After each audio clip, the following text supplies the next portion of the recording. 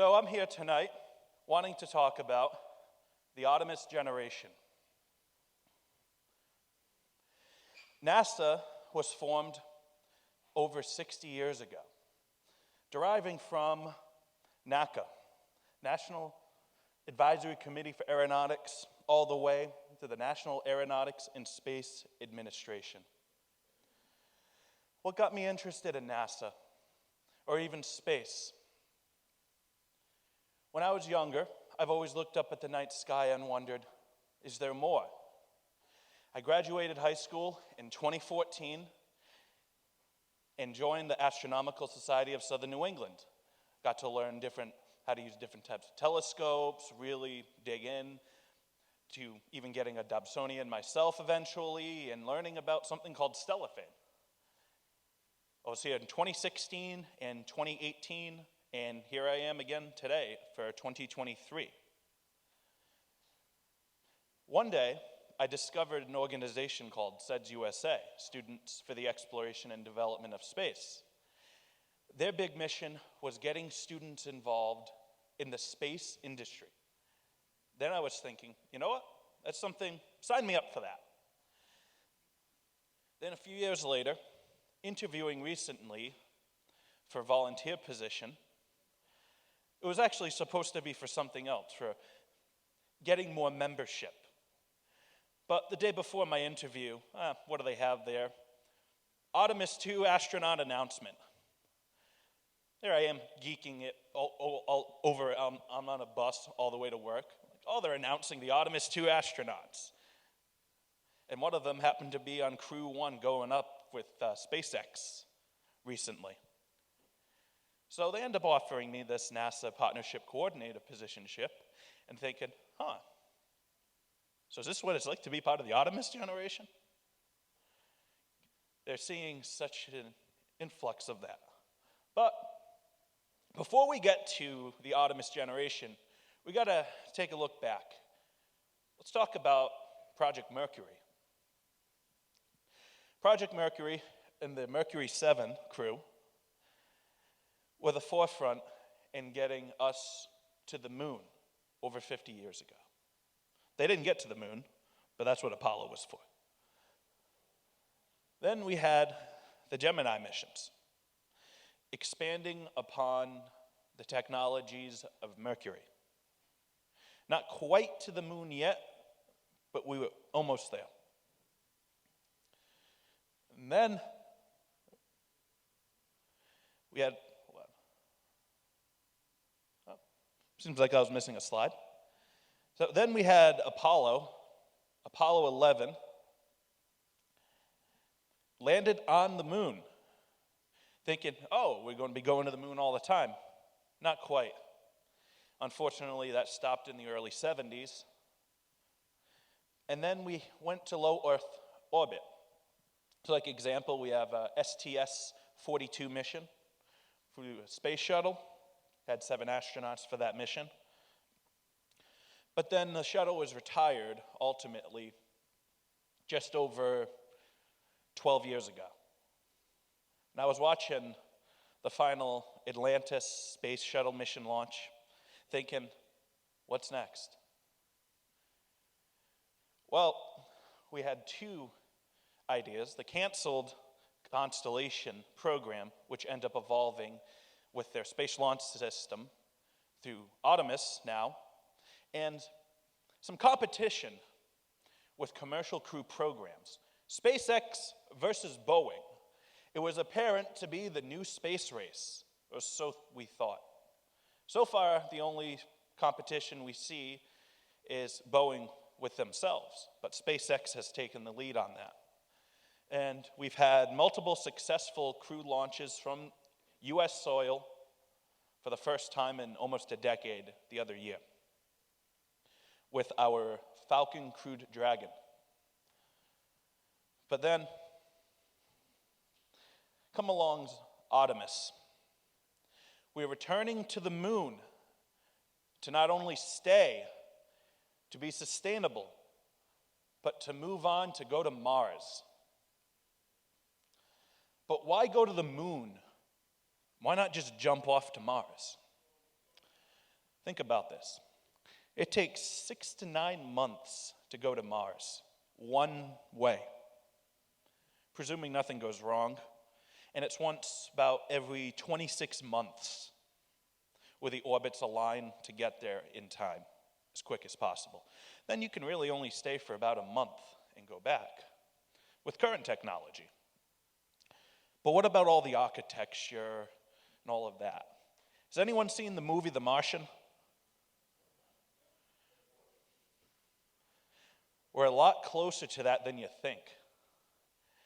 That technology is being developed by NASA, European space agencies, other commercial agencies, and universities around the world, and also through Artemis.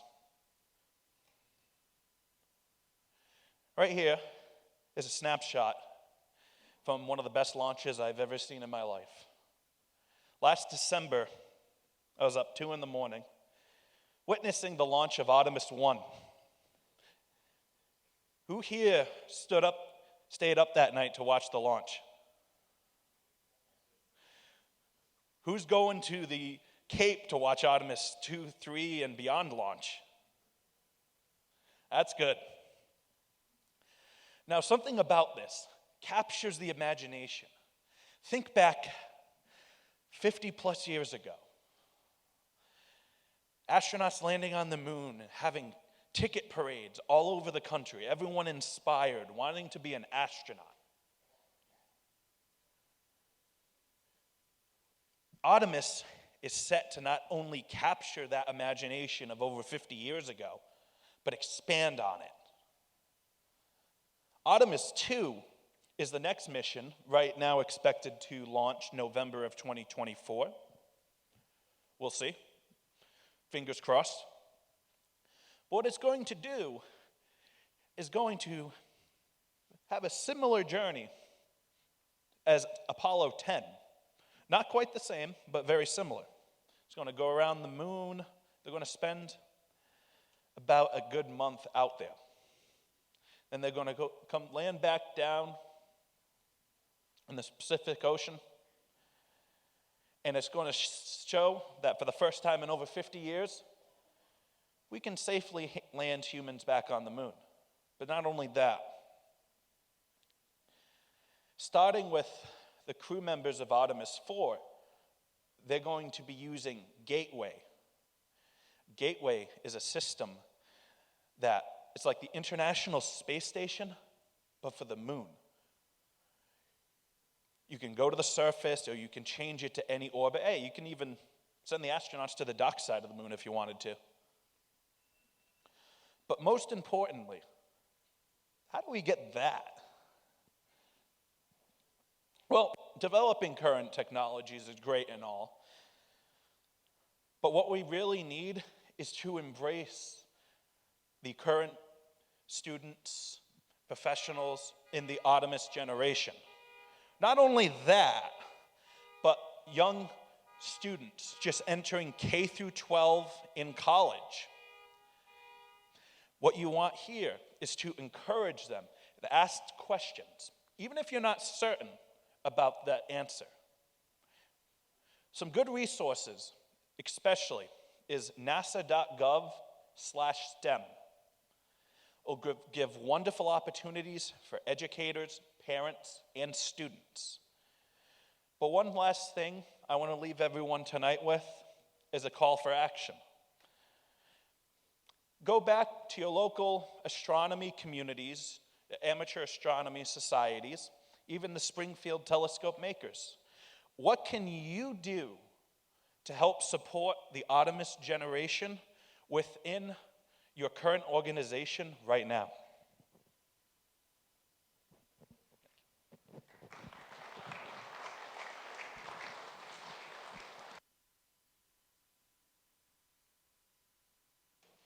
I was blinded by the light.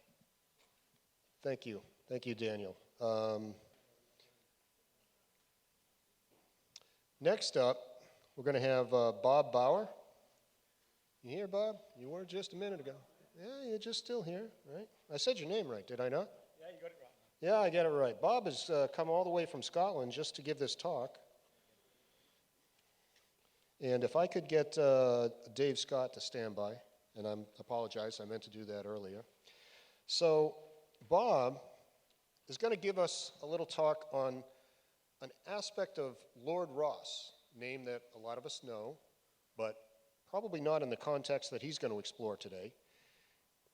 Bob comes from Scotland, the Astronomical Society of Glasgow, and his description for his talk is Lord Ross is well known for his 72-inch reflector at Birr, Ireland, which was the world's largest telescope from 1845 until 1917, and with which he discovered the spiral structure of M51.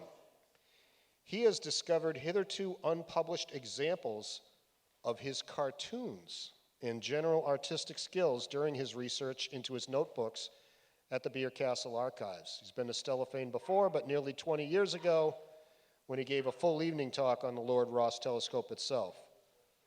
So the slides he'd like to share with us this evening are the results of his research subsequently to this. The topic is Lord Ross, his unpublished cartoons.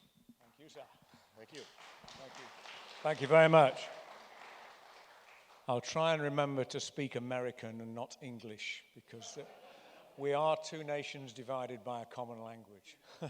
Well, first of all, I'd like to say thank you for the invite. And the last time I was here was 25 years ago. And when I realized it was the 100th anniversary, I thought I really must come. But it was a last-minute thing. Only last week did I decide to come. But I'm really pleased I'm here. And I would just like to say, I was very impressed by Eli's talk. I couldn't have done that at that age. It was wonderful. Do we have a budding American equivalent of Sir Patrick Moore, I wonder? Well done. Is he still here?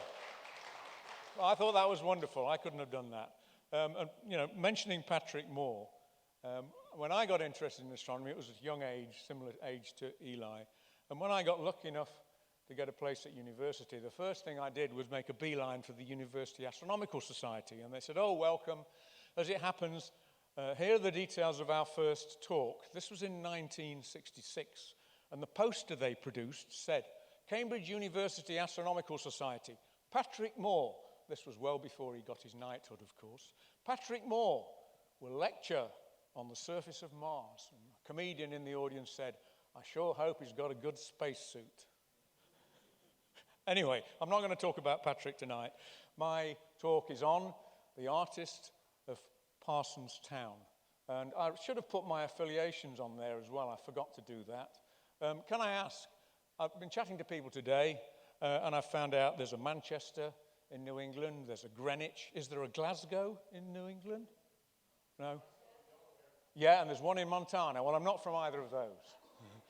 My first affiliation is the Astronomical Society of Glasgow. The next one is the British Astronomical Association. And last but by no means least, the Royal Astronomical Society, which was the bigger of those three and the oldest.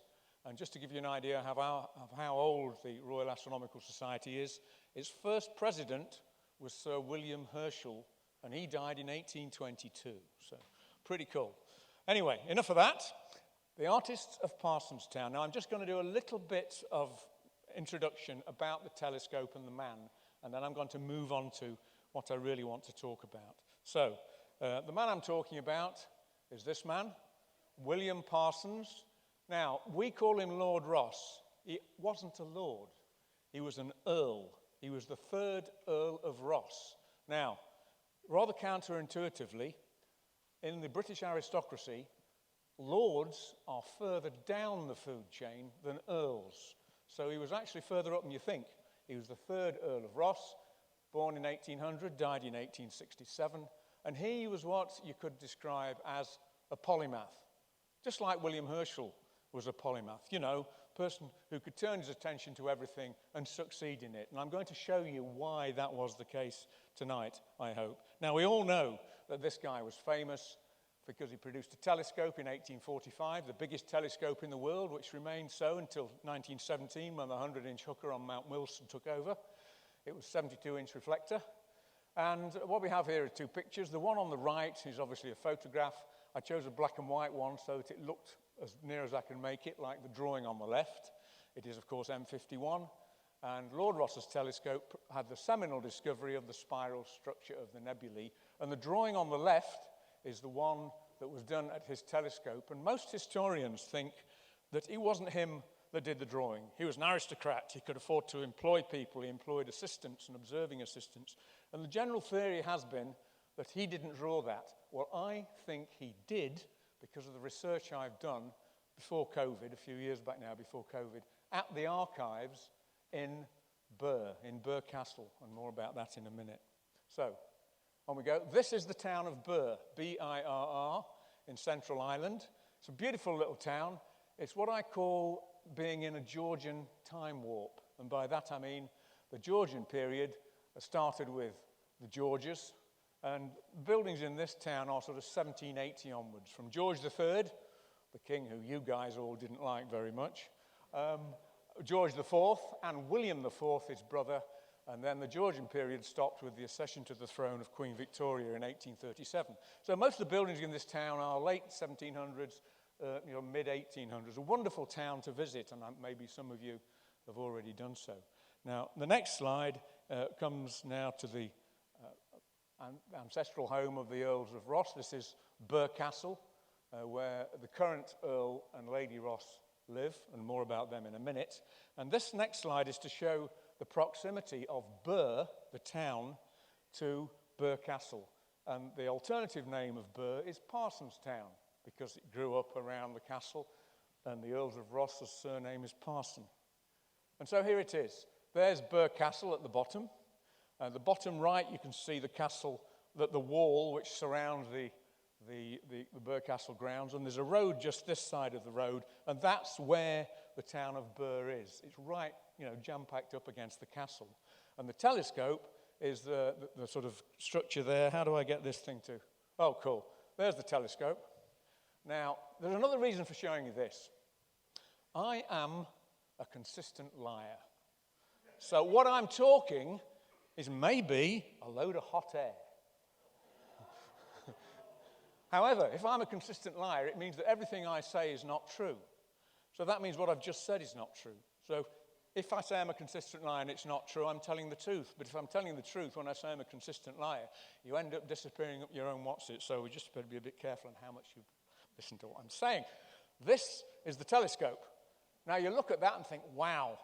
Now, I'm sure some of you know, the telescope fell into disrepair in the late 1890s, 1900s, and it remained in a ruinous state. In fact, it was just the tube lying on the ground until the mid-90s, 1995, when the replica was rebuilt as a replica. And you're going to look at that and say, wow, that's obviously the replica. The guy in the top there is not an actor in period costume. Whoops. There we go. Press the wrong button. This guy there, I've done enough research to know, he, in this picture, is William Parsons' eldest son, the fourth Earl of Ross, Lawrence Parsons. You can recognize him anywhere. This picture was taken in the early 1890s, and you're going to say, what? Well, this has been artificially colored. This is that old. Now, this is the telescope as it was back then. It's not like that now. The replica has no ivy. And you'll notice here there's a staircase. Well, you can't really see, but that's a staircase up to the observing galleries here. And it's got a roof on. Why it had a roof on, I don't know. Why would you want to observe in the rain? Anyway, what it looks like now is like that. That is the replica, although it looks a little bit aged now, but it's been there for 30 years. And it's starting to show its age. And as you can see there, there's the staircase, and there's no cover over it, and there's no ivy. I know that's right because I've been up there, and I was lucky enough to be about 10th in line after the current Earl Ross to see through that telescope when it saw first light in 1995. Unfortunately, it's got a hydraulic power system now to move it about, but it wasn't working. After all, this is Ireland. Whoops, I hope there's no one Irish ancestor in the audience. Please don't take offense. But the hydraulics wasn't working, so it was pointing at some undistinguished patch of sky in Cygnus, but at least we all got to look through it, which was very cool indeed. Now, here's a picture of the replica. This was taken on my last visit to Birr it's starting to show the patina of old age now, as you could expect, because it's 30 years old. And there's Birr Castle in the background. And here is the current Earl and Lady Ross. This is Brendan Parsons, 7th Earl of Ross, and his wife Alison, Countess Ross. They're very hospitable people. When I said I wanted to go back on another project to look at their archives, which is really about what I want to talk about later on here tonight, they said, "Oh, great, we remember you, you've been before, please come to lunch." It was wonderful. And at that lunch, I was able to talk to them about what I'd found in the logbooks of William Parsons, the mirror-making logbooks, which had never been published, which are still in the archives there.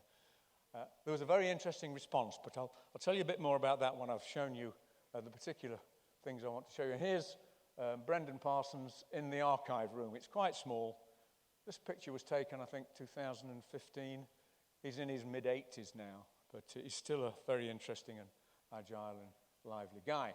Right, this is the beef, as the Wendy's Burgers advert used to say. This is what I went for. This is a page from William Parsons' mirror-making logbook. Now, the problem is that, like a lot of polymaths, his brain obviously went faster than his hand, and I think they got bored when they were writing because they're very difficult to read. I don't know whether any of you have ever looked at William Herschel's mirror-making logbooks. He's just as undecipherable. Now, some of you may have done and said, "I've seen pictures of those, and the writing of William Herschel's logbooks is copperplate." You weren't looking at William Herschel's handwriting. You were looking at Caroline Herschel's handwriting, because she copied out her brother's undecipherable writing because it was a labor of love for her. And John Herschel's writing was like a spider had been dipped in ink and crawled across the page. And I'm afraid this is rather difficult to read.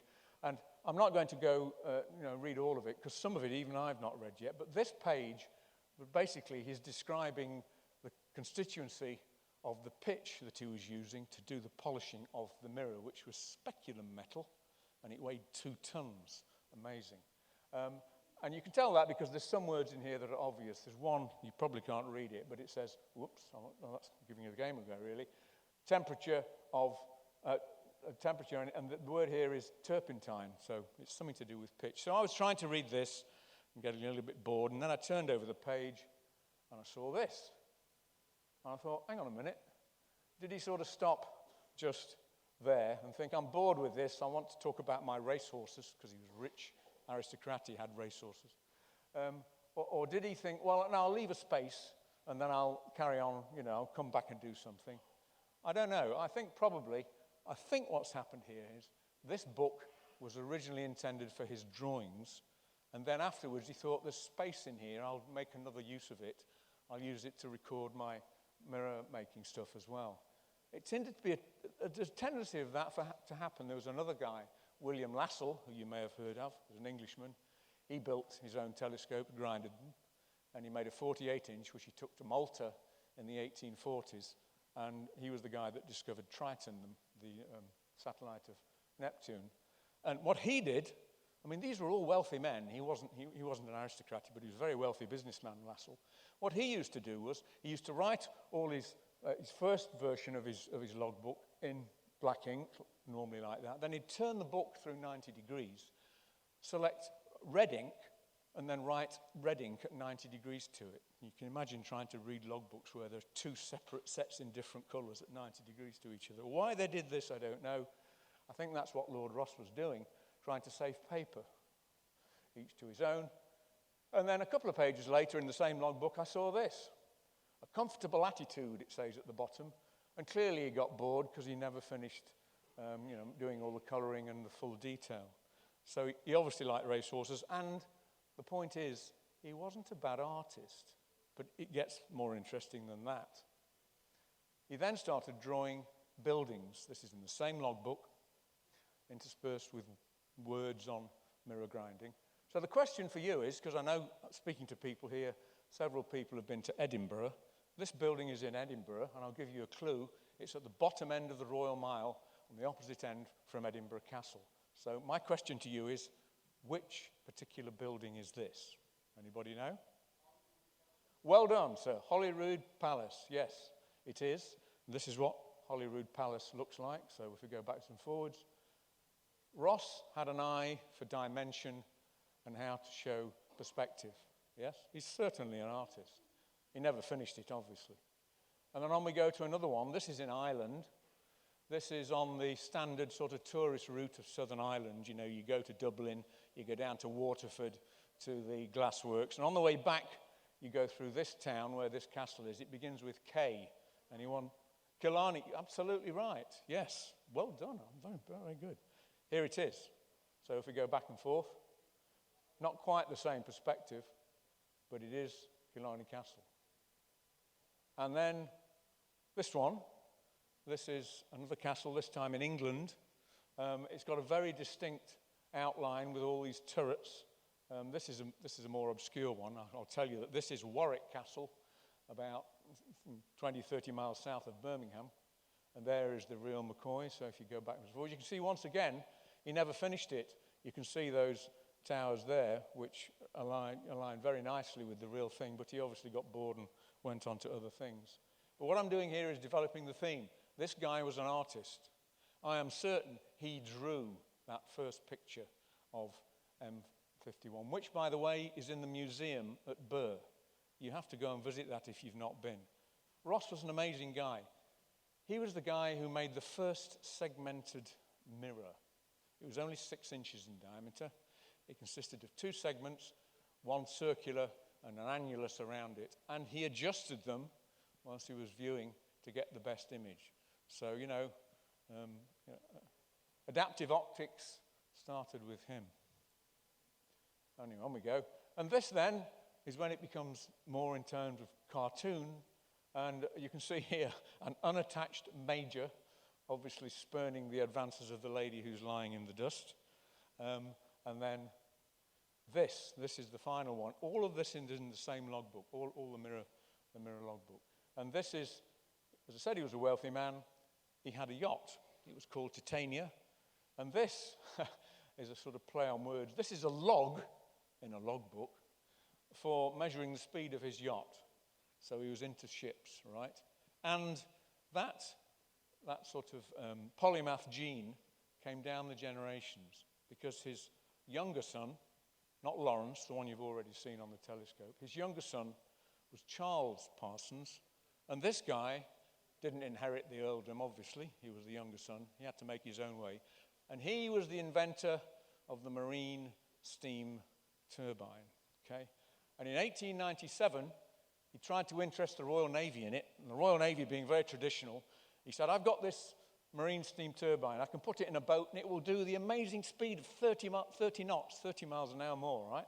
And they said, no, we've had a bad enough problem having to convert from sail to these reciprocating steam engine things, the admirals. We don't want to know about all this nonsense. So he thought, I'm not giving up here.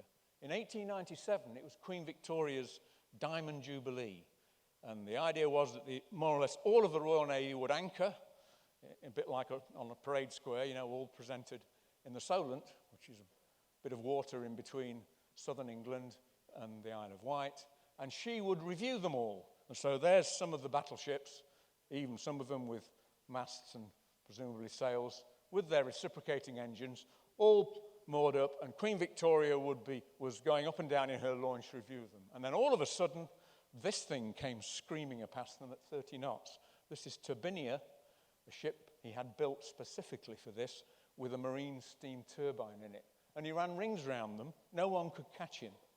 The result was, in 1906, HMS Dreadnought was launched, the first battleship in the world to have a marine steam turbine in it, Parsons turbine, and that's where the name Dreadnought came from. It made every other battleship obsolescent overnight. And then finally, he also got involved in this ship. I'm sure you'll recognize instantly what this ship is. It's been in the news lately. Titanic had a Parsons steam turbine in it. Now, that just shows the polymath gene, how it gets handed down from generation to generation. I'm going to finish with one slide, another question for you. This is another descendant of the Parsons family, and what he's got in front of him is a model helicopter. Whoops, let me keep pressing the wrong button. they're the blades of the helicopter. You're looking at them end on, and this is a huge, great big tail fin. And this is a very compact steam engine. Okay? Now, I'd like to ask you, when do you think this picture was taken? Now, you all know when helicopters started being developed, so when do you think this picture was taken, please? Anyone like to hazard a guess? Well, I'll tell you. This guy was Algernon Parsons, the son of Charles Parsons, so he was a grandson of William Parsons, the third Earl, and he was born in 1887. He was 6 when this picture was taken, 1893, 10 years before the Wright brothers took to the skies at Kitty Hawk. And the steam engine was designed by his father, Charles. In fact, the whole model helicopter was. So that's a good example of how this polymath gene can go down through the generations. And I'm going to end on a slightly somber note, because this guy was of an age that by the time he was in his late 20s, the First World War had come along. And like a lot of British aristocrats' sons, they became officers in the British Army. Some of them survived it. Some of them, though, knowing they'd got to be leaders, went over the top in the trenches, straight into the teeth of the German machine guns, and so did he. And he was killed on the 26th of April, 1918. And you have to wonder, what would he have done with his polymath genes in terms of how he would carry it down the generations?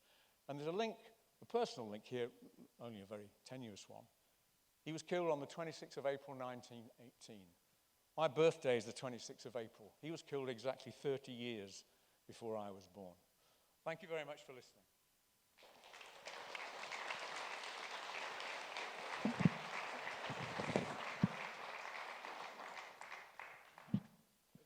Oh, no worries. Any questions? Any questions for Bob? Any good pubs to get to while you're in Scotland? Thank you, sir. Ah. They're all silent. Wow. I know. You Great wowed him. stuff. Thank Thanks you. very much indeed. Thank you very much. All right. I don't know. It's there for the refreshment of those who may need it. So next up, we have David Scott, who is more of a materials man. The title of his talk is Duct Tape, Not Just an Adhesive Anymore. Duct tape can be used as a filter to turn low-cost, high-intensity, white LED flashlights into blood red flashlights that do not destroy your night vision. How red is it? Find out. I'm using a piece of ruby lithography material. I don't know how many of you may have done PC board design back in the 1970s, but that's what we used. So Bob's here to show us the right way. And Peter Wright, if you could stand by. Thank you. David?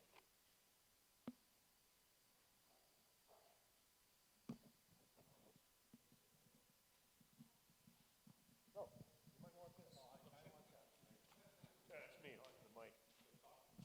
And the remote control?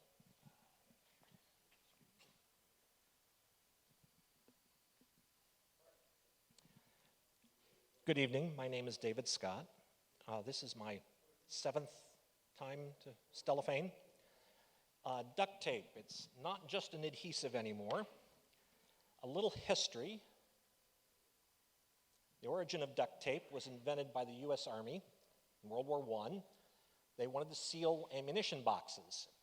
It was called duck tape because water would roll off it like off the back of a duck.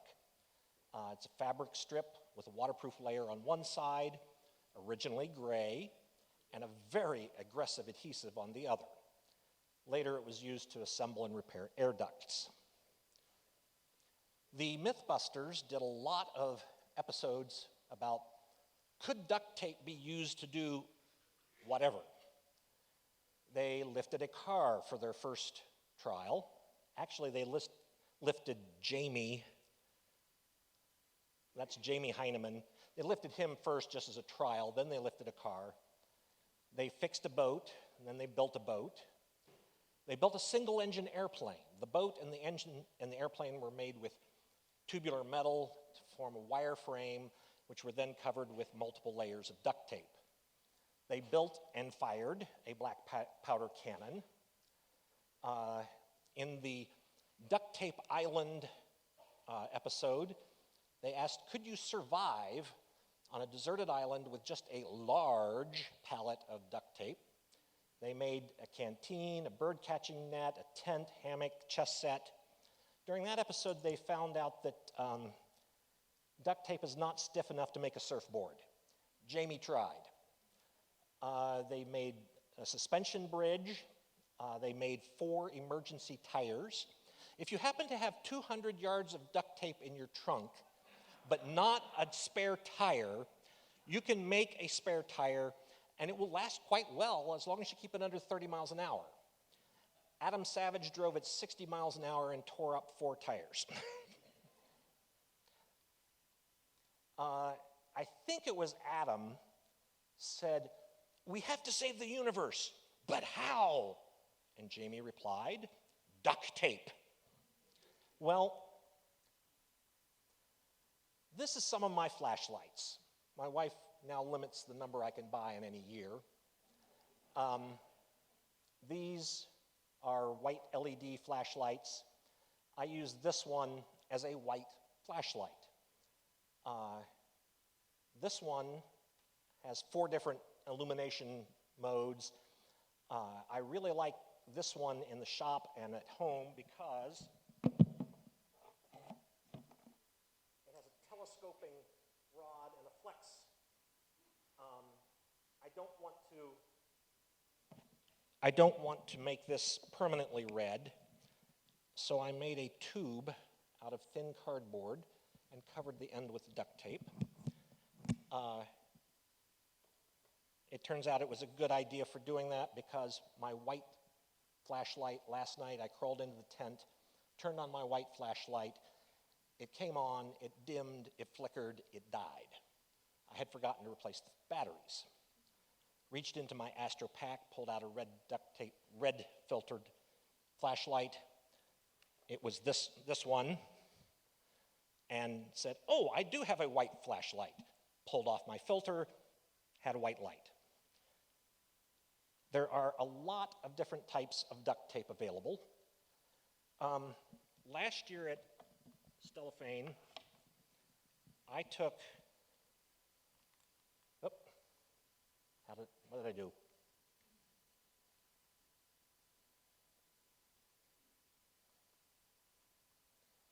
I took this flashlight and I tried using red plastic. I have tried using brake light tape and never found it quite suitable. It's hard to work with, especially if you're trying to make small pieces. Last year I had red plastic. Someone up on the observing hill snarled at me, rightly so, for having a non-red flashlight. I turned it off.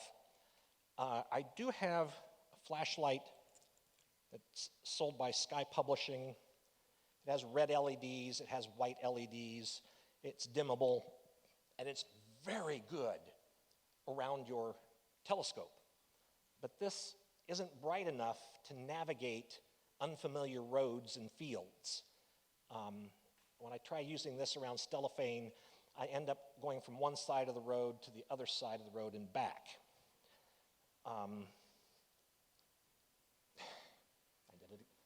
What am I doing? A few weeks after Stellafane last year, I was in the hardware store for something else, and I saw red duct tape. I said, now I don't know why I thought this.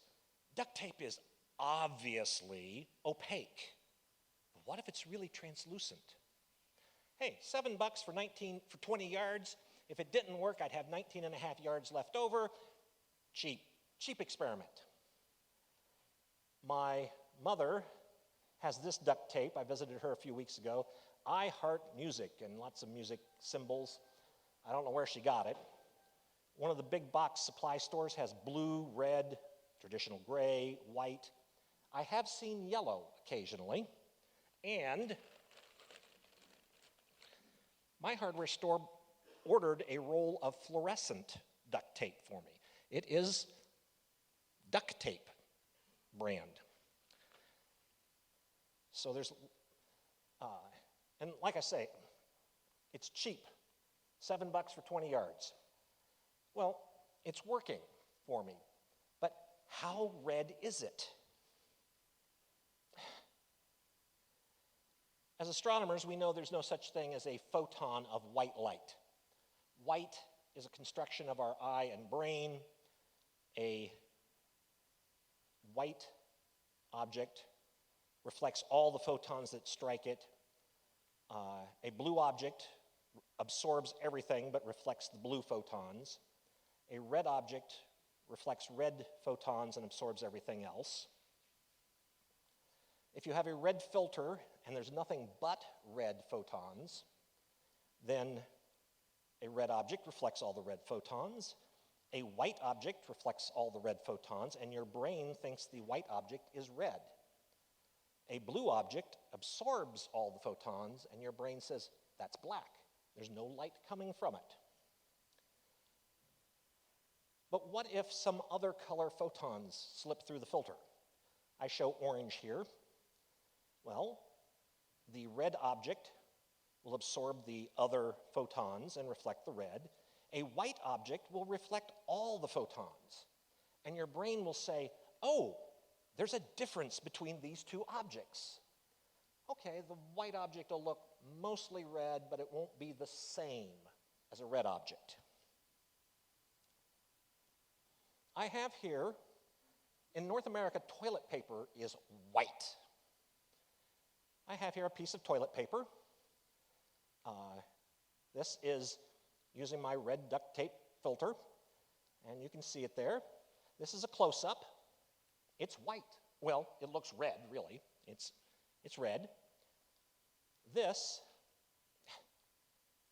is the same toilet paper a minute later after I've turned on a white light.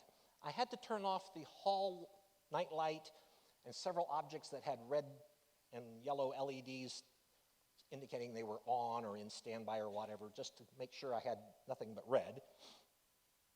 But you can see here, yes, that is blood. It is the same toilet paper as in this image. There's the two close-ups side by side. If you look carefully right here, you can see some difference under the red photons. I can say from experience, because I've done the experiment, red duct tape, the light coming from it is truly blood red, as demonstrated here. And the cut is still healing on my arm. I don't have time to tell you the story of how I came up with this demonstration, but ask me later. So, when someone says, we have to save our night vision, but how? What's the answer? Duct tape. It's not just an adhesive, it's also a filter material now. Thank you. Any questions?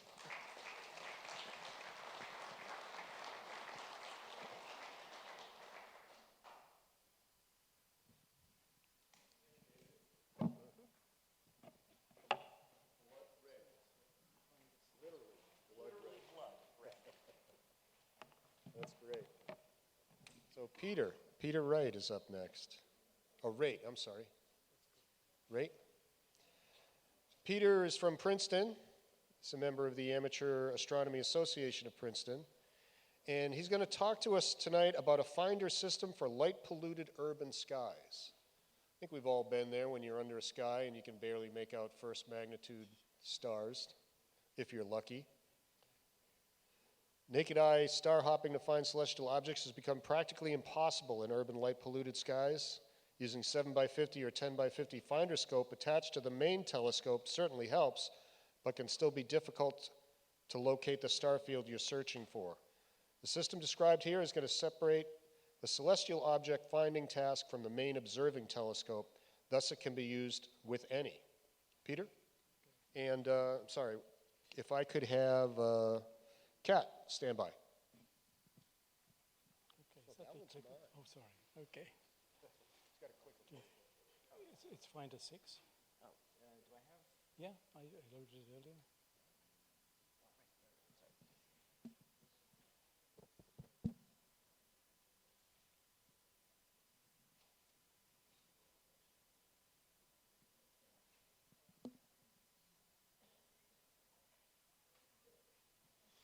Okay, well, my name is Peter Raitt, and we live on the outskirts of, I live on the outskirts of Princeton, and unfortunately, it really is not a place to see the night sky with any real delight or awe, because the light pollution is really very bad. And second magnitude stars are really all that's clearly visible.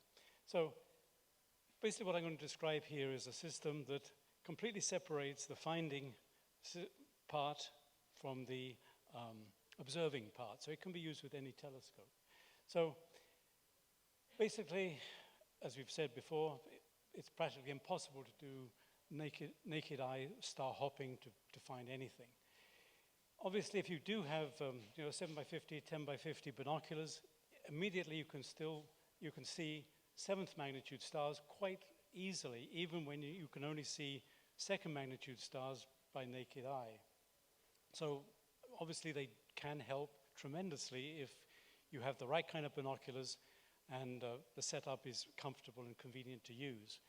So what has happened over the last few years, and from the days of Telrad, 40 years ago, 30, 40 years ago, things have moved on to where obviously the go-to and all sorts of computerization has occurred, but that does take away some of the connection that you can get with the night sky. So what this system does, it uses a smartphone planetarium app, which obviously everybody uses, but they often have a bad rap, as we're going to see. The accuracy doesn't always seem to be what it should be, and I try to get around that.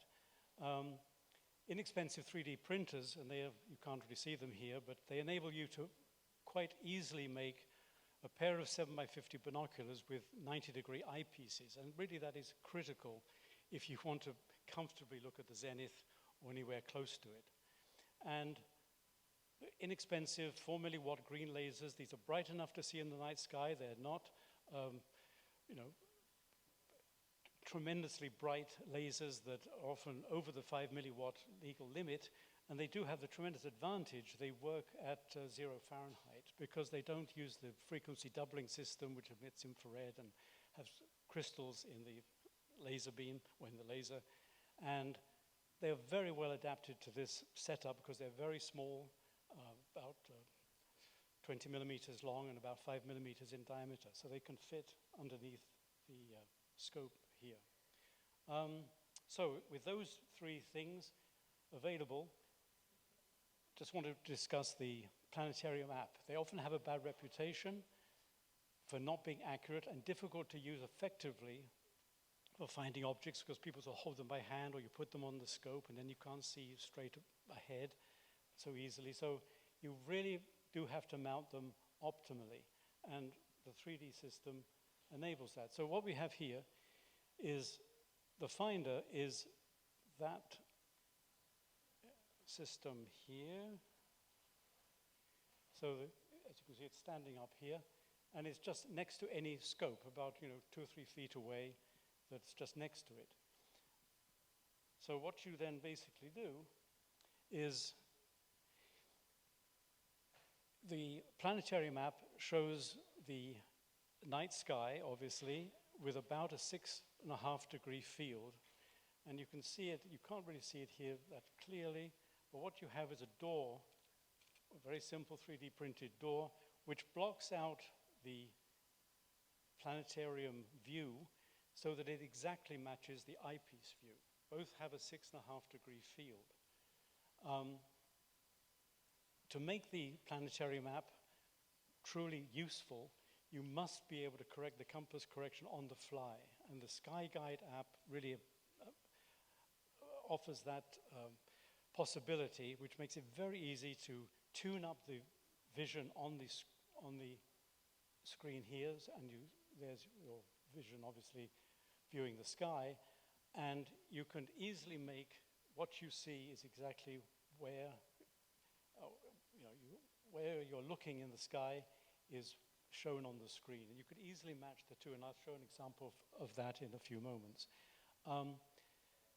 The other feature that you need to have is you need to be able to adjust the verticality of this screen, and there's a little hinge here, limited movement hinge. So it's very easy to get a guide star within 20 degrees of the object that you want to search for, and you basically tune up your system so what you see in the eyepieces is exactly in the middle of the screen. So here's just a closer view. Now you can see the masking view, and it takes away the fuzz of all the other stars that you don't want to see. You want to be able to see asterisms very easily on this screen. Whoops. And see them in the eyepieces. So that hinge door is quite a useful asset. It just makes things practical. It just takes something that is very simple in concept, but you do want to have all these little features to make it practical and easy to use. So this is just a description a bit of the sort of 50 millimeter binoscope here. The crucial thing with all binoscopes is you need to be able to merge the images easily and quickly. And this screw enables you to basically move one of the left-hand optical tube up and down very slightly. So it's very easy to merge the images. It makes a very practical binoscope. And 3D printing is extremely useful for all these separate kind of features. So here it is in sort of operation. On the left, we have, this is obviously a very simple object to find, one of the simplest in the sky, M42. And this is basically the image as you would have on your planetarium map. So that's what you would see on the smartphone, and on the right you have what you see in the binoculars. And there is in a moment we're going to transfer the coordinates, as you might say, from the finder to the main scope using the laser. But let's just go to the big image. You can see how easy it is to recognize the star field. One nice thing about planetary maps is that they're always oriented correctly. So they're always moving in the sky so that they really show exactly what you see here. And you can see that little asterism here, that one follows that one, two stars there. And every star there is over here. So it's really giving you that human connection with the sky that makes you feel as if you are part of the solution and not just following blindly some set of sort of computerized coordinates. And when you're convinced that the star map or the star field is what you see in the eyepieces, obviously the object that you're searching for is right in the middle of the field of view. Clearly, very often you won't be able to see anything in the 7x50 binoscope because it'd be quite invisible. But what you do is you just turn on, and I have this here, the laser here, and your laser now is pointing directly at the object, and it's very easy to follow that laser beam. Even though it's not a particularly strong one, it's very easy to, just with a red dot finder on the main scope, you can trace down there it is, there's the little laser beam underneath, just there, and in your eyepieces of your main telescope, you will find the object. So it really just gives you that connection and the simple ability to transfer the coordinates from your sort of remote finder system to any telescope nearby. And I think I've just about summarized what one wants to say. Basically, you can pick the laser beam up very easily at 25 times to 50 times on the main scope, and the celestial object will be found at the apparent end of the laser. Using a remote finder keeps the main telescope as light and as simple as possible. No need for heavy finders, go-to, push-to electronics, etc. And I find for quick observing sessions, this little binoscope, the finder bindoscope, which can easily be used at 20 times, and then you do push through the light pollution a little bit more. And you can just use it by itself as a convenient means for a 10-minute check on the night sky. if the conditions don't really merit getting out the larger telescope. So that's it. Thank you very much indeed.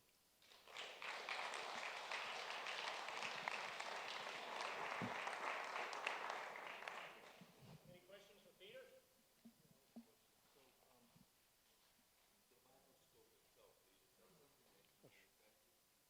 I made it. Yes, it's just 3D printed. So I just bought the 2 lenses from AliExpress for about $20, and those are 2 25mm Plossls and 2 90-degree Amici prisms from Agena Astro. Agena, yeah.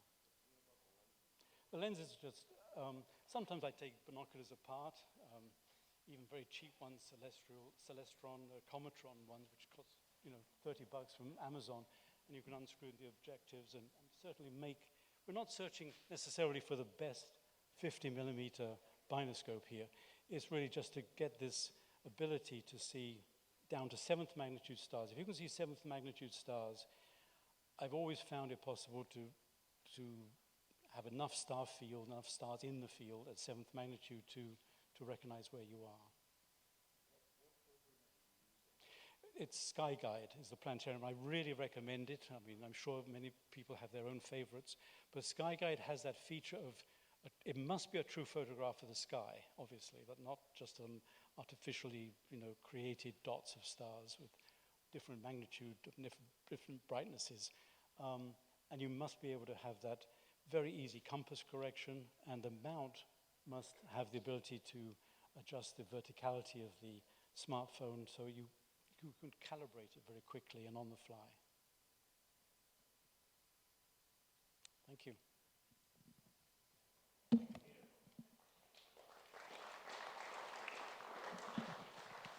Okay, next up, we have Kat Troach. And by day, she leads a dual life. By day, Kat supports both NASA Night Sky Network and the Eclipse Ambassadors Off the Path program at the Astronomical Society of the Pacific. By night, besides fighting crime, she is a Solar System Ambassador and Vice President of Operations for the Amateur Astronomers Association in New York. And she's going to give a talk on the Eclipse Ambassadors and public engagement off the central path. So, and before I give this to you, so Kat is next, and then if I could have Bart stand by. Hi everyone, how's it going? Thank you for hanging out this late. I know it's getting kind of clear out, so in the interest of time, I will try to speak as fast as possible because the weather gods have smiled on us.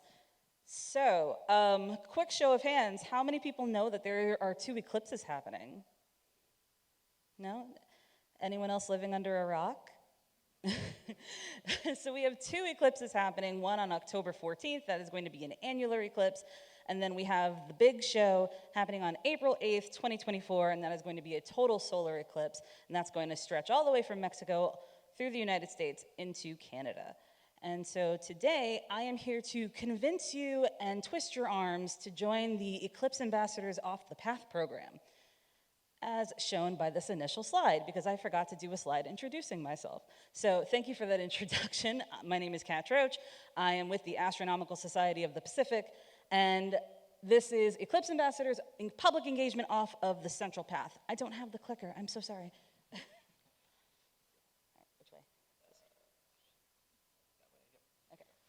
Great. Okay, so a little bit about the Astronomical Society of the Pacific. We were founded in 1899 with the intent of spreading science knowledge through astronomy. And the Eclipse Ambassadors Off the Path program was launched in 2022 by the Astronomical Society of the Pacific under the NASA Science Mission Directorate. NASA Science Mission Directorate is responsible for some of the NASA missions that we have, such as the Lunar Reconnaissance Orbiter, and a lot of the other, I guess you could say, citizen science public engagement that we do. And so the whole crux of this is to get 1,000 volunteers, 500 amateur astronomers or eclipse enthusiasts, and 500 undergraduate students, partner them together to get their communities trained and educated about the upcoming eclipses. The primary goal is to get neighborhoods and regions that are underserved from STEM engaged and knowledgeable about these eclipses, but about astronomy and science in general. So a little bit about, and this is very text heavy, I do apologize.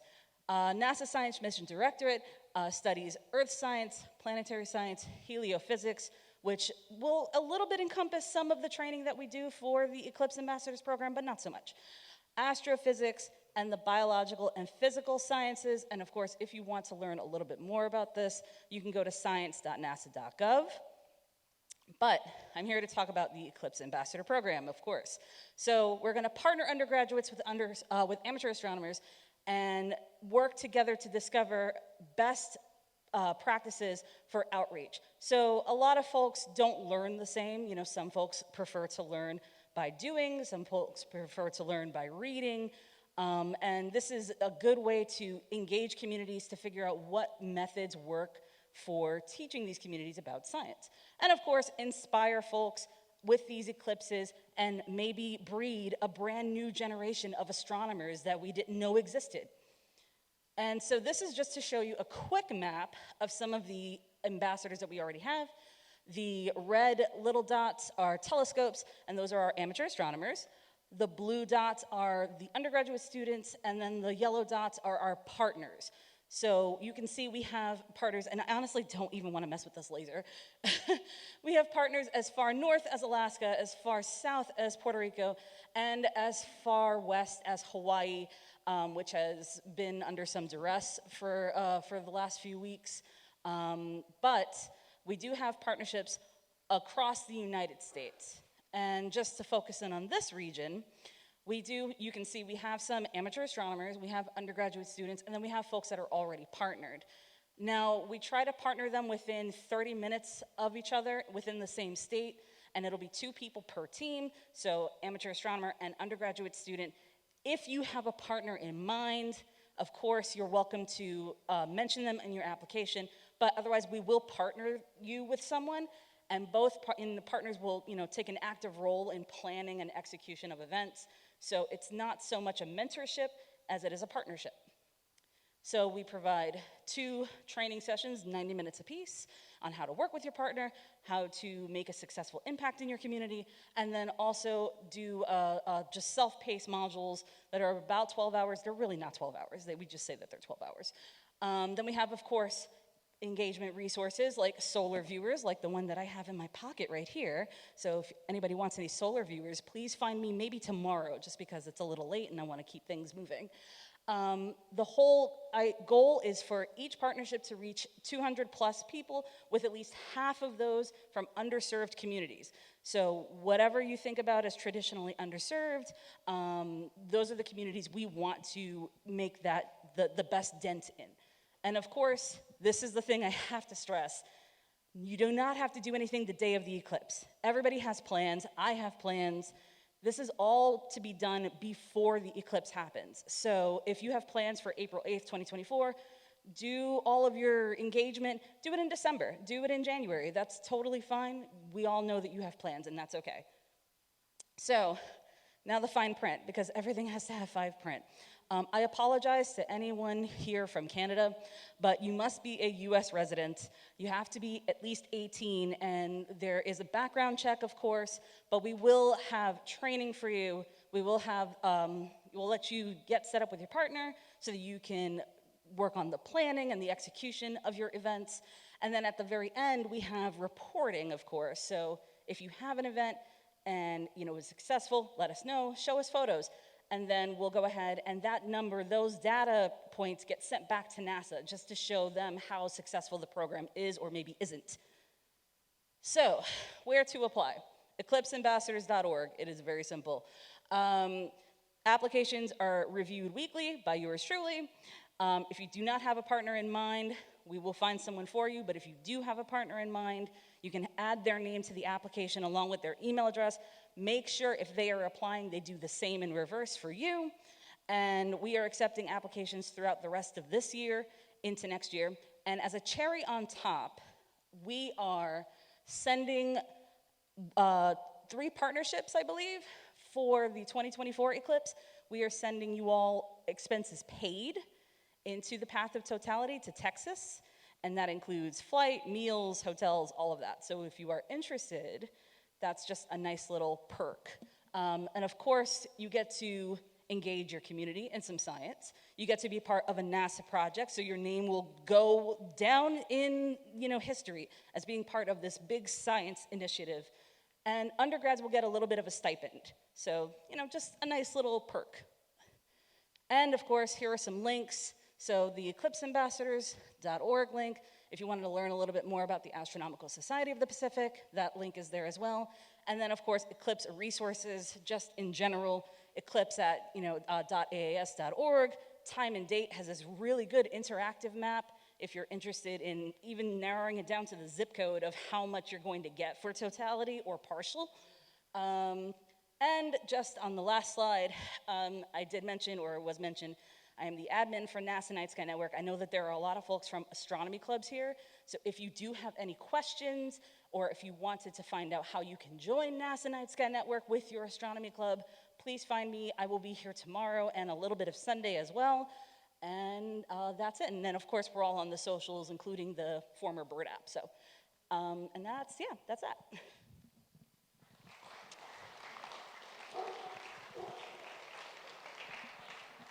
Any questions for Kat? No? Well, thank you. Thank you very much. Bart? Next up, we have Bart Freed, who's been haunting these hills for a little while now, I think. Not his first time.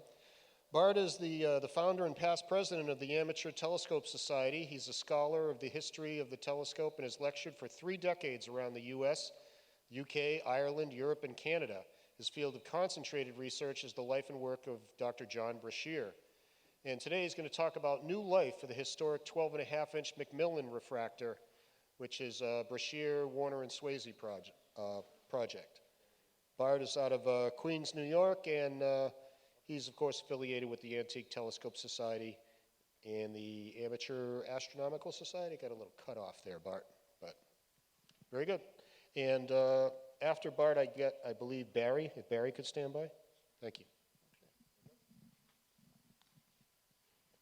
Hi, it's good to be back. Thanks, everybody, for hanging in. So this talk is about the 12.5-inch Macmillan refractor, rescued for the 3rd time. This is Emerson Macmillan. He was a self-made millionaire. He was in firm control of 40 public utility companies and president of over 60 and head of a banking firm with assets in excess of $40 million. He was, in today's money, he was probably a billionaire. He bumped into Professor Henry Kerwin Lord on a train, and Lord found an available 12.5-inch Brashear lens and talked Macmillan into paying for the lens, plus a Warner and Swayze mounting, and a dome and an observatory for it. This was for what became Ohio State University. So that's Lord on the left, and that's the telescope that Macmillan built for him, or had Warner and Swayze build for him. And that picture is about 1900 or so. That's a 12.5-inch F16 refractor. And it was in service for 65 years at Ohio State. It was used for spectroscopy and for teaching undergrads. So in 1962, the dome jammed, and the observatory was condemned, right? Instead of fixing it, they just condemned it. And then there was some vandalism in 1974 and a proposal to just demolish the structure. So in 1975, the Macmillan refractor was then donated to a library in Fostoria, Ohio, that was related to the Fostoria amateur astronomers. And, but without its clock drive, which had been stolen right out of the telescope right before it left Ohio State. So the telescope was moved to the Union Carbide plant in Fostoria in 1975, where it was put through a refurbishment. It took 7 months. But locating a city-owned structure outside the city limits killed the project. They couldn't find any place in Fostoria to put up a dome that size. And it was voted out that they were going to spend money to put it outside the city. So it sat in storage for about 9 years or so, and then it was eventually given to the Tiffin Rangers, an offshoot of the Boy Scouts and a nonprofit. So this is the restored telescope that was then put into a brand new dome on the property of the Tiffin Rangers. And it looked pretty good. This is back in around 1980, 81.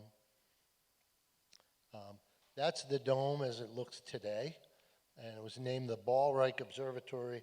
Doyle Ballreich was the third generation of the Ballreich potato chip company, and he coughed up the money for the dome and to move the telescope. So there's the telescope. That was last fall. There's the 12.5-inch Brashear Achromat, and some of us that were doing some observing that night. Now, interestingly, the clock drive showed up in a box in 2014 at Ohio State, anonymously. And somebody apparently, grew a heart and brought it back. But they didn't know what it was. They thought it might have been off a chronograph or something else. But I recognized it for what it was, and they were very happy to make sure that the clock drive was going to go with the telescope. So there's the clock drive. Really a piece of art. So now, in Brooklyn, New York, there's a 501c3 community nonprofit that has artists and scientists and technologists all together, and they decided that they wanted an observatory in Brooklyn, a public observatory. And they also badly wanted a vintage telescope, so they asked me to try and find one. And I knew about the Macmillan telescope sitting in a field, more or less doing nothing for about 10 or 12 years. The Rangers weren't using it, and it was really just sitting still, which is never good for an old telescope. So here's the Pioneer Works in Red Hook, Brooklyn. I think the building goes back to about the 1840s or 1850s. Thick brick walls. Oops, that was too fast. So this is the vision that they have for the observatory to be built up on the roof. What was supposed to be a $3 million project has ballooned into a $15 million project. But, it's New York, so what's $15 million, right? And that's the original dome, the Ballreich dome, was about 26 feet, and they're going to put a 30-foot dome, a 9-meter dome, up on the roof of the Pioneer Works.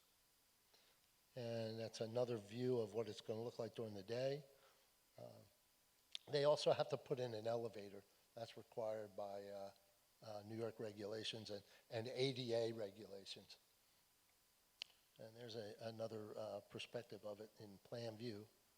I'm sorry, in elevation view. And they're going to go with a 9.3-meter ash dome. And you can see the scale, with someone standing next to it. And they're also going to have a terrace. They want this not just as an observatory, but also as a focal point for entertainment, for dinners, for raising money. They got to pay off that $15 million somehow, right? There's another view of what it should look like. And from inside the dome, you can see the Freedom Tower and Lower Manhattan, Wall Street. I apologize for the blurry view, but they will have a retractable roof so they can do some entertaining even if it's raining. And so for dinner, 36 people. For a covered dinner, 50. For an outdoor dinner, 68. And they can expand that into the dome, right? You see, oops, they're pretty excited about having, oh man, this thing's going crazy on me here. Let's go back. No? All right. Yeah, all the way down. We're almost done. Keep going. Yeah, right about there, somewhere around there. That's good enough. Okay.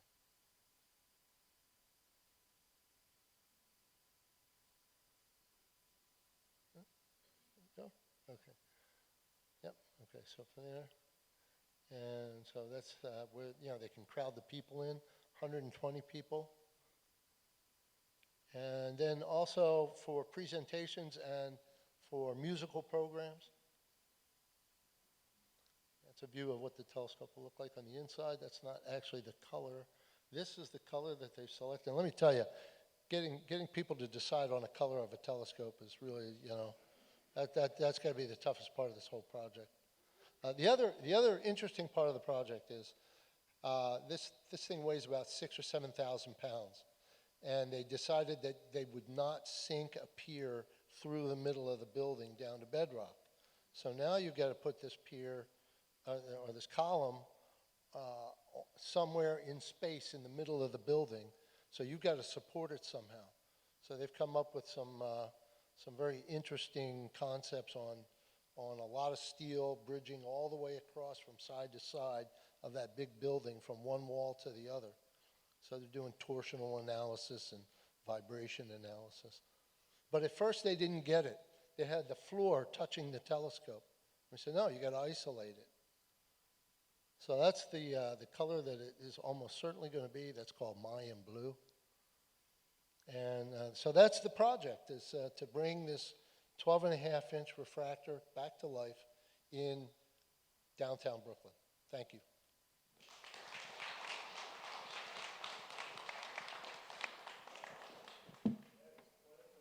Yeah, expensive too. I didn't see any bathrooms there for those 200 people eating dinner either. That's part of the 15 million. Oh, of course, of course. Thanks, Bart. Appreciate it. Appreciate your patience. Next up, we have Barry Santini. Barry has spoken here before, and some of you may, depending on the depth of your geekhood, recognize him. Barry's a certified master optician with certificates from the Academy Advanced Ophthalmic Optics, and he's presented here before and was product and sales manager for Teleview Optics for 28 years before he retired in 2008. And he's going to talk about some advances in eye correction, specifically full retinal engagement, biometrics used in today's most advanced eyeglass lenses. And as we're both eyeglass wearers, we can appreciate this. So thanks very much. I'm not going to go on any of the details here. I'll let you describe that in your presentation. But Barry's from Oceanside, New York. And if I could get Edward to stand by. You'll be next, and then after him I have, I believe, one more speaker, and that is Andy. All right, Barry, there you go. All right, thank you. Yeah, I've spoken here before. I've given a Saturday afternoon talk on laser surgery way back in the day. I've given a talk on the naming of the Teleview Renaissance Telescope way back in the day, and I did one a few years ago on the nature of how examining eyes is advancing. This talk is about biometrics. Is there a clicker? Thanks. So, what are biometrics? It's the measuring and assessment of an individual's physical and biological structures, right? So a clothes size would be a biometric, shoe size, hat size. But now we're going to talk about vision biometrics. In other words, what are we doing when we measure your vision? So today we use certain screening tests. For instance, it's called an acuity screening. That's a pass-fail test used by your motor vehicle department. It's usually keyed to the 20/40 line. So as long as you read X number of letters on the 20/40 line, you pass with or without your correction. The schools use it too for elementary screening. If you have something called an acuity assessment, that determines not pass-fail, but what actually is your vision according to Snell and acuity. Is it 20/40? Is it 20/60? Is it 20/80? Is it 2200, which is what legally blind is with your best correction? And this test, the Snellen test, is, where's that laser? Sorry. Anyway, this test was created in 1862 by a Dutch ophthalmologist called Herbert Snellen. And it's over 160 years old. And the question is, can we do something better in terms of assessing people's vision? So I'm going to show you one test called the diop that's been presented, and we're going to look at a short video of it. So this uses something called a dynamic optotype. So rather than letters that are static, you actually watch a moving object. Let's take a look.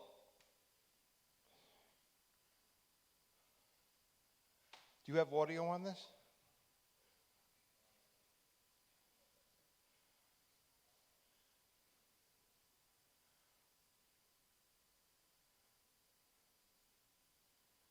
We'll get there. The smallest image detected as rotating becomes the acuity indicator and refraction endpoint. As the rotating gaps and segments get smaller, their strobic stimulus is not large enough for their motion to be detected. The remote controller, keyboard, mouse, or iPad allow for rapid and simple control of the images and testing. The smallest diameter image detected as rotating becomes the acuity and refraction endpoint. Pausing or reversing the rotation or switching the rotating image location provides an accurate and simple indicator of false positives. The added diop precision eliminates both patient and doctor visual fatigue. The diop test provides a precise and more consistent, accurate, and efficient measure of acuity than static images. The test can be used for people with limited literacy, for children, and to document color disparities, such as those associated with dyslexia, migraines, or epilepsy. Visit chart2020.com/diop for more information. So let me just say, this wasn't meant to be a commercial for this, but it is an outlier test, and there's a lot of pressure against it because, well, what's wrong with the Snellen acuity test? Is it broken? It's broken because every one of you knows that you have trouble guessing the endpoint of your testing when the doctor says, which is better, this or this, A or B. So this one is very simple. When you stop seeing the ring rotating, that's the limit of your acuity. So this is a good new hard test. So let's talk about some basic eyeglass biometrics. One of them is you need to center the lenses in front of the eye. That would be the pupillary distance, or PD. Now, we used to measure it binocularly, so if you take a binocular, you can get that. Or you could measure it more accurately if you measured it from the center line of the nose, which is where your frame would fit, and measure each eye independently, because then that would place each eye's lens properly in front of it, horizontally. So you can use an instrument called the pupillometer to do this, but all the measurements we have so far are basically objective, meaning you don't respond to tell us what the measurement is. We're measuring you, which means they have some math behind them and some premises that they're based on. And the truth is that some people's eyes are outliers and won't give correct readings with conventional instrumentation. So I say, pick up a binocular, line up the two tubes, adjust the hinge so that the two tube views just become one, and then read your PD off the scale. That is a subjectively obtained PD. That is a dead accurate binocular PD. So that's a good way for you to know exactly what your centration is. Next metric, conventional one, is the height of the pupil above the bottom of the frame. This is important, again, to place the center or appropriate location point of the lens vertically in front of the eye. Why are we doing this? One of them is to eliminate prism. When you don't line up your eyeglass lens properly in front of the eye, it's not going to be looking through the optical center, light's going to be bending, and sometimes that can have an effect on your binocular vision. So let's take a look at glasses compared to the exam room. The phoropter, which is that instrument, is flat, it's perpendicular to the floor, and it's close to the eye. Now, most people's glasses are further from the eye, they're tilted in and or wrapped around. So there's a position of wear difference between the lenses that you're being tested with and the lenses that are being put in your glasses. This is called the panoscopic angle, or how the lenses tilt in front of the eye. This is the way an ideal frame that matches your phoropter would line up, absolutely flat. But most people's glasses don't work this way. They're usually tilted around slightly. But look what happens when they're tilted. Each eye is looking through a tilted lens, but the lenses are tilted in two different directions. So this has to be properly compensated for in the optical design of the lenses if you want truly the best vision. So the three basic position of wear values are panoscopic tilt, frame wrap, and the distance from the eye, which is called the vertex distance. So what we want really is we want to align the image shell of the eyeglass lens to your retina. And without the compensations we're talking about here, without those measurements individually being taken and used, you're not going to begin to align that properly. But there's actually new biometrics that are coming that this talk will just handle with a short video at the end, and we're going to take a look at that. Now, it's not meant to be a commercial. I did rob it from the lens company that is promoting this, which is called Rodenstock, a German firm, but I think it shows more succinctly than I can what's going on. So take a look. This is your fovea in the middle. That's only 0.3 of a millimeter wide. Your parafoveal area is actually wider yet at 1.5 millimeters. And then you can go all the way out beyond that to 3 millimeters for the complete fovea, and then onto the macula, which is 6. I can tell you this, almost all your eyeglasses, no matter how they're made currently, do not cover your entire foveal area. They're only carrying a very small amount. So if we could get more of the sharpest portion of the eye to see the image of the lens properly, maybe your contrast sensitivity and maybe your vision can be sharper. We call that full retinal engagement. And what do we get out of it? We get more signal to noise ratio. More signal across a larger portion of the sharpest point of the retina is going to give us more signal to noise ratio, and the brain loves that. Let's take a look at the advanced biometrics. Today, in these advanced biometrics, we can measure corneal curvature, we can measure the anterior chamber depth of your eye, we can measure the exact pupil position and its size, we can look at the crystalline lens's curves and position, and we can measure the axial length of the eye. In other words, basically the focal length of your eye, your individual eye.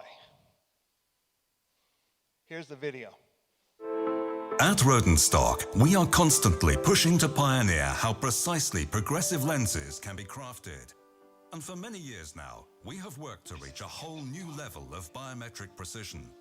On our journey, we have faced some major challenges. Our first challenge was to get the biometric parameters of the individual eye. Traditionally, progressive lenses are manufactured with the input of a few parameters. Parameters that are based on standard values, providing very limited insights about the biometrics of the individual eye. To deliver on our ambition, we needed real data on the biometric parameters of the eye. This led us to the launch of the DNI scanner, the first step towards true biometric precision. With the DNI scanner, we were able to scan thousands of data points in the individual eye. And from these data points, we were able to successfully build a set of more than 80 biometric eye parameters. The DNI scanner carried the potential to create a breakthrough in the way we create progressive lenses. But we knew that measuring biometric parameters wasn't enough. The next major challenge was to unlock the value of our biometric parameters. For thousands of hours, we worked with advanced mathematical modeling, constantly pushing the scientific boundaries of lens calculation to transform the more than 80 biometric parameters of the eye into concrete input for the lens calculation process. In the end, we were able to create a complete biometric model of the individual eye. With this biometric model, we were ready to take on the next challenge, transferring the biometric parameters directly into the crafting of the lenses. Opposite to the industry, where biometric data is sometimes measured but seldom used in actual lens manufacturing, our biometric eye model could provide concrete input for the lens manufacturing process. To use the precision of the biometric eye model to improve the way we create progressive lenses, we engineered a way to transfer the input from the DNI scanner digitally into the crafting of the lens. This marked the launch of Big Vision, Rodenstock's progressive lens philosophy. With Big Vision, we recognize that every eye is different. Each individual eye has a unique shape and size, and by digitally transferring the biometric parameters into the crafting of the lens, we can give users biometric intelligent glasses. Lenses that are more precise than ever before, giving spectacle wearers real vision benefits. This is a tremendous step in the vision industry. But for Rodenstock, the journey towards bringing true biometric precision to all has just begun. That's the end of the talk. I'm sorry that this video has a bit of a commercial overtone, but I think it explains exactly what's going on well. If you have questions, I think my talk's a little long. You can see me afterward.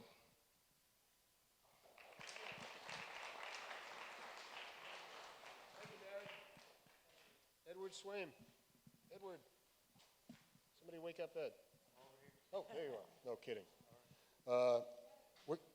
We're going to go a little bit lighter here now. Ed is going to talk about fun with PVC. Ed's from Little Rock, and he's a member of the Central Arkansas Astronomical Society. And PVC pipe and fittings are a cheap and easy way to mount binoculars and make other astronomy equipment. He'll describe 2 binocular mounts and 1 flashlight modification. Ed? And, thank you. If I could get... sorry about that. Andy, who's been waiting patiently. All right, I don't have any slides, but I've got props. My kids participated in something called Destination Imagination, and the 2 things that they used the most of were duct tape, as we learned earlier is useful in astronomy, and PVC and PVC fittings. So I had a lot of these around the house and a lot of these sticks of PVC, and I like to make stuff. So in the front of Binocular Highlights, there's a picture of a mount made by a man named Alan Adler, who also invented the Aerobee, the Frisbee that has a hole in the middle of it. And he's done a lot of other astronomy things, especially related to binoculars. So he has a mount where he just uses a monopod with a T on the top. So what I've done is I just made one out of PVC, and I don't know if you can see me, but what you do is you sit in a chair, and it has a T on the bottom. You put your feet on that T, and then you just rest the binoculars on the top. And you can hold them steady enough to see. These are 10 power, and that's all you need is a little bit of steadying with that. And it works just fine. I did try to make it collapsible to bring it on the airplane up here, but every time I put a collar on there, it made it a little bit jiggly, so I scrapped that and bought a piece of PVC in New Hampshire. So they sell it all over the country. So the next thing is a little goofy, but I combined a couple of things that I've seen people do. 2 of them are really bird watcher ideas. I think one of them is a stick that they use somewhere in Finland or somewhere when they watch birds. They just have a stick that attaches to binoculars. And then I've also seen forehead mounts. And then somebody on cloudy nights took a monopod and put a wide kind of a T handle on it in the middle, and they found that that made it a lot more steady, especially as it tried to rotate. When I've used a monopod, it does try to rotate some, so the T's on this other device, especially the one at the bottom with your feet, keep it from doing that. And on this device, I've made just one handle that sticks out to the side. If you don't know it, every pair of binoculars, even the cheapest Walmart binoculars, if you pull the little cap off between the objectives, right where the hinge is, there is a 1/4 by 20 socket. So you can put a bolt in there that you can get anywhere, a 1/4 by 20 bolt, and you can make all kinds of things to hold your binoculars. So that's what I did with this.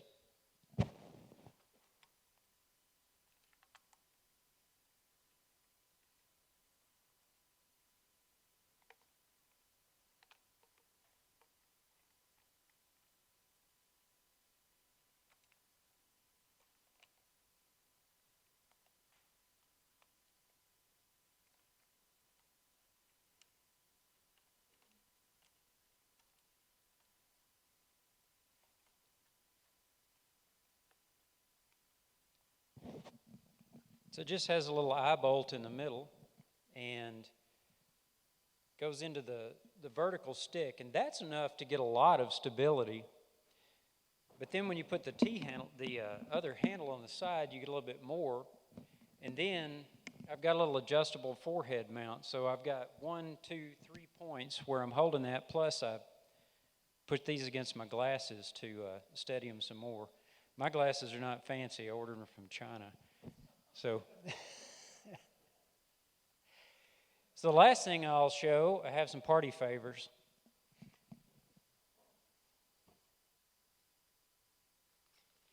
I had one of these, could go in Harbor Freight, and when you went in, when they used to have coupons, they would give you little flashlights.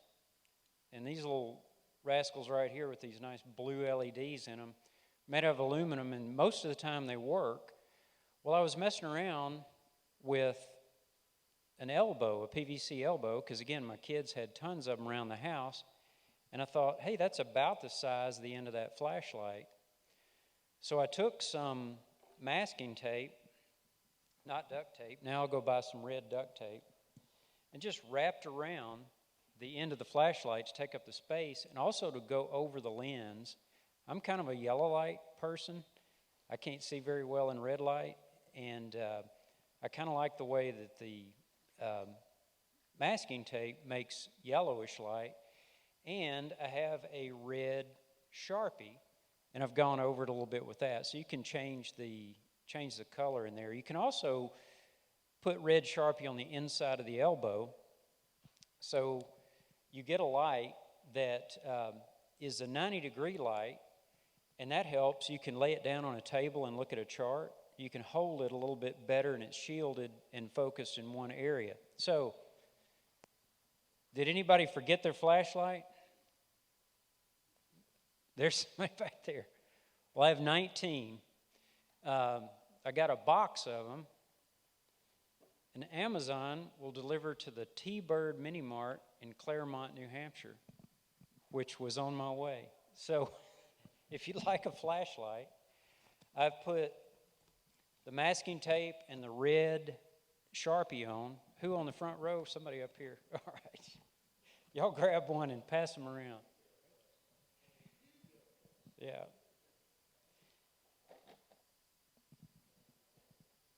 Now pass these around. They're the elbows.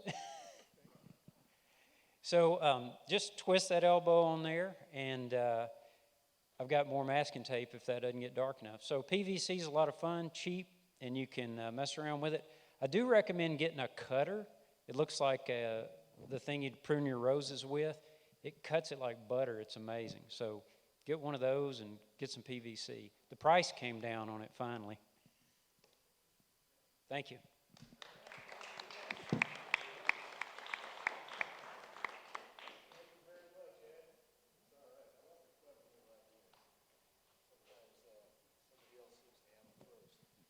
And we've got up next Andy Bowden from Caltech, I believe. No, Palomar, I'm sorry. Well, there you go. So he's from Palomar, and he's actually from Caltech. See, I knew I read that somewhere. And he's going to talk about the universe in color, astrophotography of William Miller from 1958 to 1965. And working at Palomar Observatory, photographer William Miller developed some novel methods to photograph distant universe in full color with the Hale and Samuel Ocean telescopes. Miller's photographs nothing short of revolutionary And Andy's going to show some of what he's learned and discovered with us. Andy? Thank you very much. Do we have a slide advancer? I believe Mark has one there for you. Awesome. Thank you so much. I appreciate you staying to the end. I know I'm keeping you away from the improving sky, so I'll try to be brief. I'm going to tell you about some remarkable work by a remarkable gentleman, William Miller, who joined Palomar Observatory in the mid-50s and did some, I think, interesting things. I hope you'll agree. Yes, I'll try. I just didn't want to blast everything. So before Mr. Miller's work, astrophotography was really a very simple process. There were blue images and there were red images. And the objective was just to get a crude sense of color for an object that you were imaging in this system. And that tells you something about the temperature and maybe a little bit about the physics of the object, but not a whole lot. And it's very hard to connect with this kind of imagery. It really doesn't, it's not very satisfying. What Mr. Miller was able to do, starting in 1958 and 1959, is produce things like this. Of course, everybody recognizes this is Andromeda, M31. And Mr. Miller was successful using the Samuel Ocean Telescope, the 48-inch Schmidt, at Palomar Observatory to produce the first full-color image of Andromeda. And of course, it's among the most photogenic objects in the sky, and it got everyone's attention. So I'm going to tell you a little bit how he did that.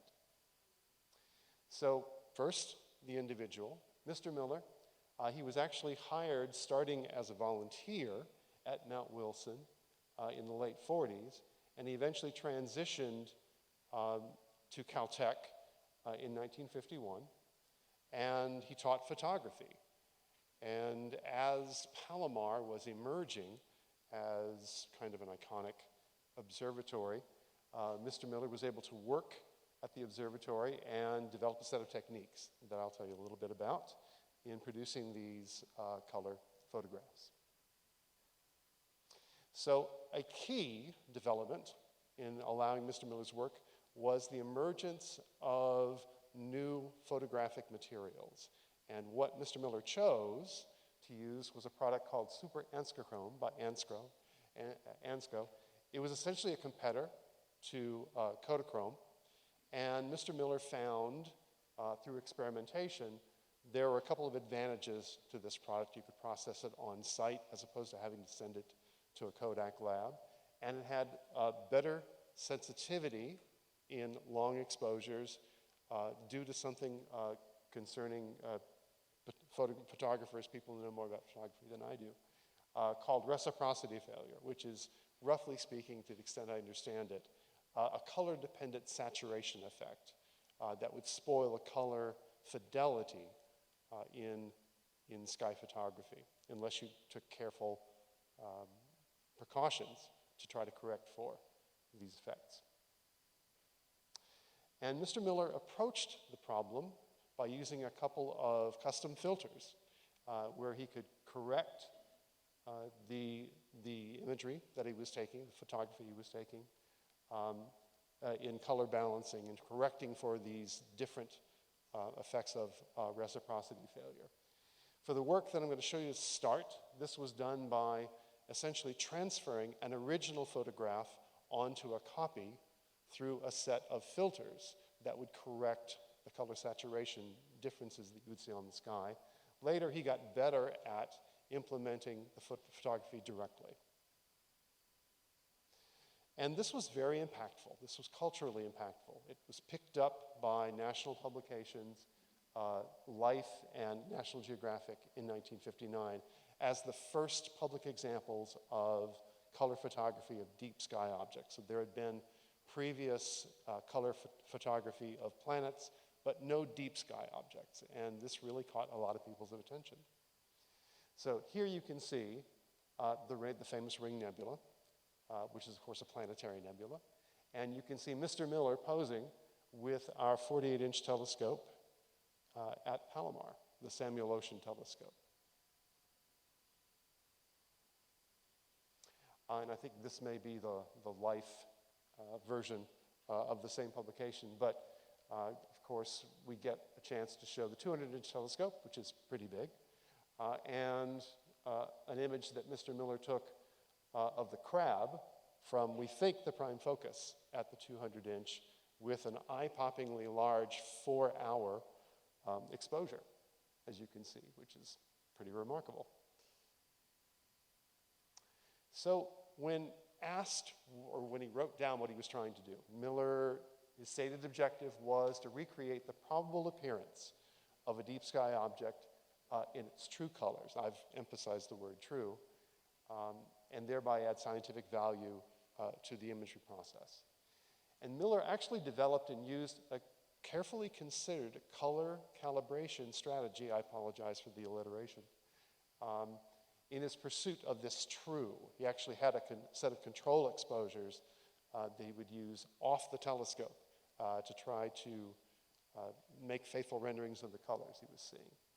So this is another of the objects that Miller photographed and produced in 1959. This, of course, is the North American Nebula, a star-forming region. Here is a supernova remnant, the eastern portion of the Veil Nebula. And a lot of these images were actually scientifically impactful. A person, Ralph Minkowski, a famous astronomer in our community, who studied supernovae, remarked on the insight that he was able to learn by looking at the structure that these color photographs showed, and specifically the different structures and their slight offsets in color, and what that told him about how the supernova remnant shock process was happening. So why was Miller successful in this enterprise? Well, first of all, he had access to great telescopes, and okay, I'm biased, but they are great telescopes. He developed a very careful set of methods, and then the emergence of this new color film technology that I mentioned early in the talk. And I think the last of the 1959 series was, of course, every star formation enthusiast's favorite picture, the Orion Nebula, M42, in a 45-minute exposure on the Hale. So Miller actually continued after these initial publications to do additional photography, and so I'm going to show some examples of that. Here's the Lagoon Nebula. This too is a star-forming region. Here are a couple of additional nebulae. So the Dumbbell Nebula is a planetary nebula. A lot of you know that.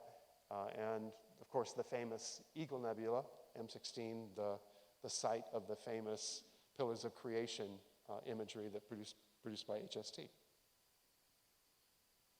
The Rosette Nebula is a so-called H2 region, so you've got some hot stars, ionizing gas and producing emission. And then the Trifid is kind of a unique situation where you've got both a reflection nebula and an H2 region in kind of the same package. And of course, kind of my favorite, I dig, early main sequence stars, the Pleiades, which has a lot of reflection nebulosity, still at about 100 million years of age. And, again, more star-forming regions, the Horsehead Nebula. And these are all done in the early 60s and published in various formats. This last one, the Cigar Nebula, is kind of a remarkable example of what's called a starburst galaxy. And there's actually a lot going on that's enshrouded in dust. But this is among the most scientifically impactful photographs that Mr. Miller produced. He worked carefully with a famous astronomer in Pasadena, Alan Sandage, on analyzing some of the star formation and the ejecta process that's going on in this system. But when you take a step back, I would suggest to you that the real impact of Mr. Miller's work was not so much scientific, but actually cultural. because for the first time, he created an opportunity for people like us to look at deep sky objects in color. And they made it more visible and visceral and real for a lot of people. And so we have a lot of venerable astronomers here and back at my observatory in Southern California who tell of their own personal reactions to the publication of the Miller photographs.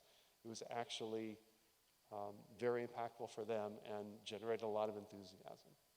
So I actually think that Miller's greatest success was not scientific, but actually touching people with the beauty of the scenes he was photographing. And thanks for your attention.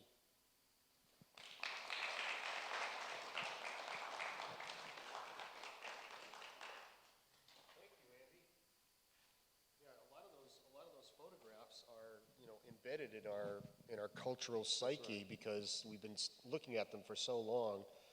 Like in Star Trek was the perfect example, and not really knowing the backstory of how and when they were created. So I think that adds a context. Thanks very much. So, folks, that is the end of our program for this evening. I want to thank you all for the diehards that stuck around through thick and thin. And like I say, we never know what's going to be brought before us, but we always appreciate everybody that takes their time out to bring it forward. So go out, enjoy the evening, enjoy the rest of your time at Stellafane, and thank you.